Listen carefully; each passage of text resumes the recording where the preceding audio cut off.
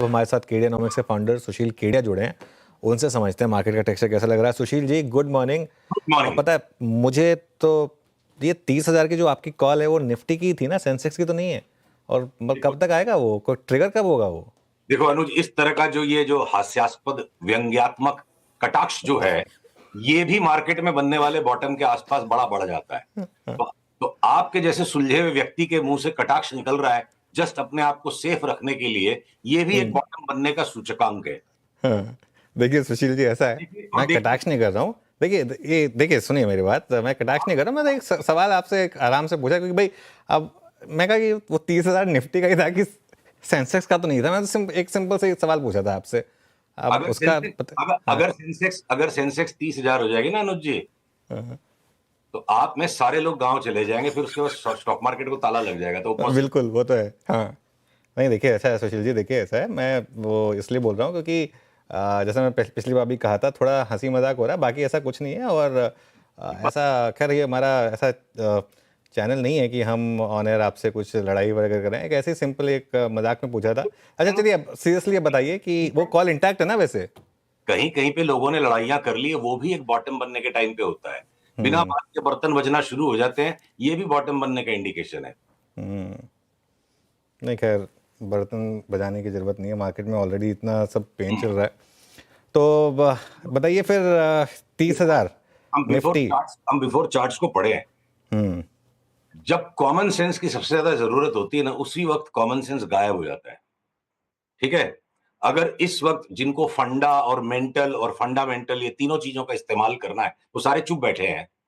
वो अभी चार्ट देखने की कोशिश कर रहे हैं, उनको चार्ट देखनी चाहिए थी 26,000 पे। तो अगर निफ्टी का पी रेशियो 20.1 जो भी आप पकड़ लो, और पीक पे 26,000 पे अगर 25 था, 12 से 15% की भी अर्निंग्स ग्रोथ पे अगर डाउट है, तो शेयर बाजार छोड़ देना चाहिए, संन्यास ले लेना चाहिए। ठीक है, तो आप नीचे में 12, ऊपर में 15, उससे ज्यादा मेरे को बड़ी रेंज दिखती नहीं है। तो अगर 26,000 की निफ्टी पे 25 का पी रेशियो था, आप उसे 15% की अर्निंग्स को लगा लेते हो, तो 26,000 पे 15% को ऊपर जोड़ोगे, तो 4,000 पॉइंट ऊपर मैंने बोला, कौन सा पाप कर दिया, कौन सा जुल्म कर दिया मैंने? बहुत नॉर्मल बात करी है। मैं 32,000 का इंतजार करूंगा, बात अभी हम 30,000 की करेंगे, और सौदा 30,000 के लिए हम करना शुरू करेंगे जब निफ्टी 23,000 के ऊपर बंद आ जाएगी। देखिए, सेटअप का बनना एक चीज है, और बाजार जब हमें इंस्ट्रक्शन देगा कि भाई अब मूवमेंट शुरू हो गया, देखिए सोचना वक्त से पहले पड़ेगा, अनुमान वक्त से पहले लगाना पड़ेगा, इसीलिए उसको भविष्य की वाणी कहते हैं। पर कार्यान्वित भविष्यवाणी को तभी करना है जब आपको सिस्टम से इंस्ट्रक्शंस आ जाएंगे, सिग्नल आ जाएगा। तो नहीं लास्ट वीक भी हमारी क्या बात हुई, 23,100 के ऊपर आएगा तो लेंगे, नहीं आया, निफ्टी अगर घट गई, पर ये एपीएल पोलो घटा 5%, 3 ही दिन में बढ़ गया 20%। तो वन बाई वन हमारे यहाँ स्टॉक्स के बाई सिग्नल आ रहे हैं, हम उनको करके पकड़ रहे हैं। और पूछोगे कि क्या चलेगा, मैं बोलूंगा जब 120% की तेजी संभव है बाजार, भविष्यवाणी कर दी, नहीं हुआ तो मुझे फांसी पे लटका देंगे कुछ लोग। नहीं नहीं, देखिए सुशील जी, फांसी पे तो खैर लटकाने की बात नहीं है। अच्छा, दूसरी बात ऐसा भी नहीं है, देखिए हमारे चैनल पे ये एक सेकेंड, हमारे चैनल पे ना ये रिक्वायरमेंट नहीं है कि आपको एडिटर के साथ उनकी हाँ में हाँ मिलानी है। आपका व्यू अलग हो सकता है, कम्प्लीटली अलग हो सकता है, और उसको मैं रिस्पेक्ट कर रहा हूँ। और मैं अभी भी बोल रहा हूँ कि व्यूज़ सबका होता है, कभी सही होता है, कभी गलत होता है। और आजकल लोगों की आदत है कि आप ट्रोल तो सब करते हैं, सब ट्रोल होते हैं, हम कम ट्रोल होते हैं।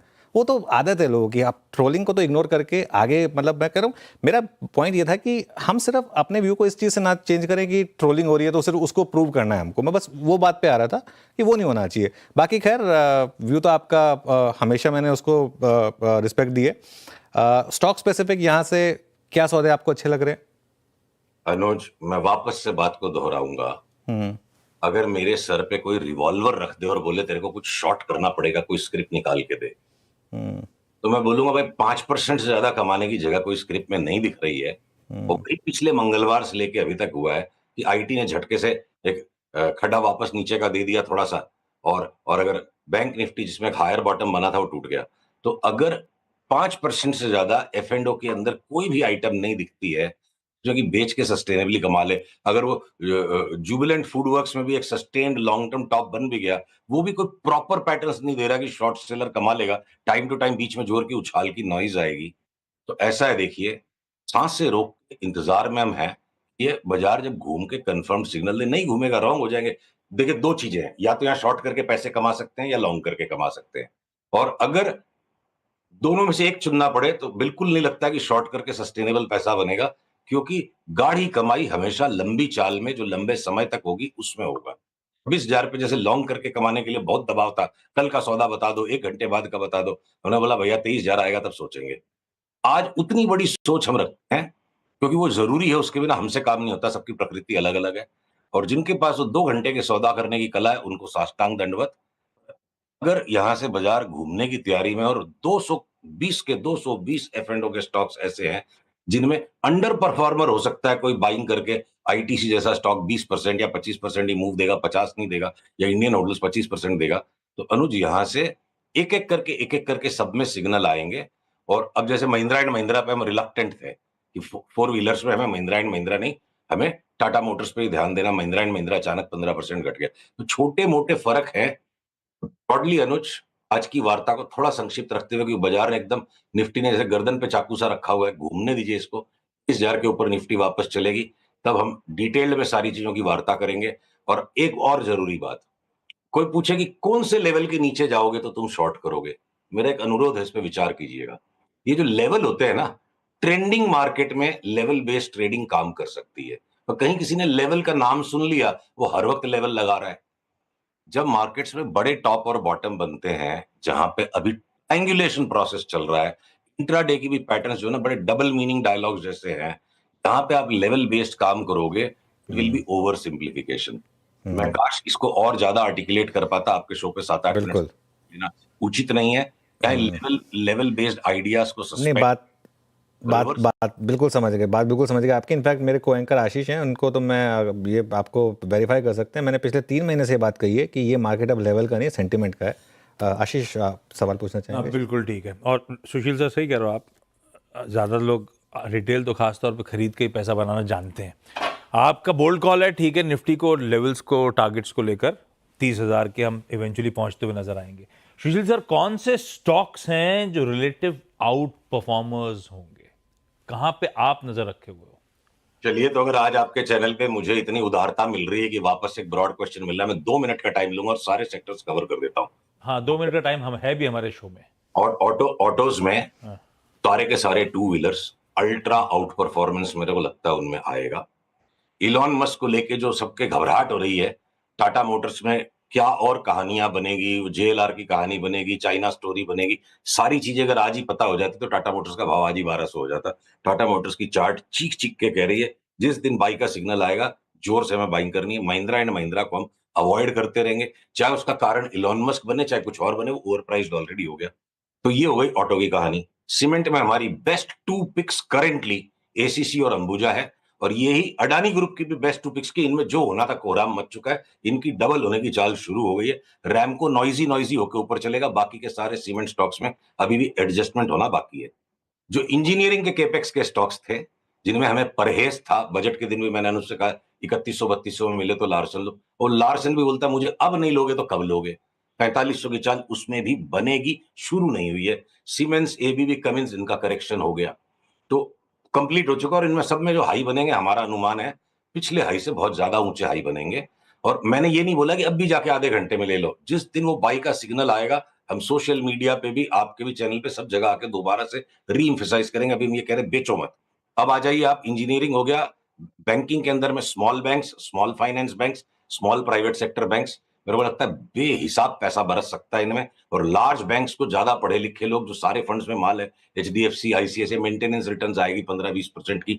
आपके जो भूले बिसरे गीत है बिल्कुल, ये आरबीएल, बंधन, अब इनको 1 साल का मौका मिलेगा एक्स्ट्रॉर्डिनरी परफॉर्मेंस का। फाइनेंशियल सर्विसेज में इंश्योरेंस के ए टू जेड स्टॉक्स पे हमारी तेजी है। अनुज, मेरे को इतनी भयंकर आने वाले समय में तेजी की संभावना दिखती है कि जिस जोमेटो पे भी मैं भावावेश में आके बोल गया था टमाटर और जोमेटो का भाव सेम हो जाएगा, और आज वो जोमेटो कहां से कहां पहुंचने के बाद जो करेक्शन दे चुका है, अब चाहे वो इंडेक्स में आ रहा है, ये कारण बनेगा, जो भी बनेगा। हमने 7 दिन पहले जोमेटो में भी कॉल लिया कि 100 रुपया तो ये भी बढ़ेगा। तो अक्रॉस द बोर्ड देखिए, अगर आज मैं बहुत ज्यादा स्पेसिफिक्स में बात नहीं, जब फार्मा के अंदर आप सन फार्मा, डॉक्टर रेड्डीज को इग्नोर कर दो, मेंटेनेंस रिटर्न्स 15-20% की under performance to Nifty. But ये जो छोटे वाले हैं, बायोकॉन, आपके लॉरस लैब्स, आपका शिल्पा मेडकेयर, आपके ये जो कौन सा है नाम उसका, जी से, ग्लैंड फार्मा, ये सारे छोटे वाले फार्मा के स्टॉक्स में भी वापस 40-50% की तेजी है।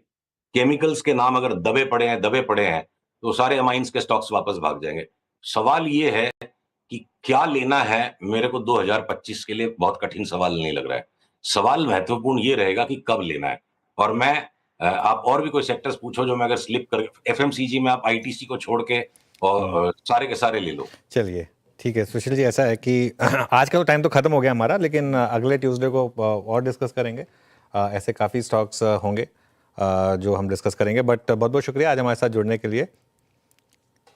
Thank you so much. और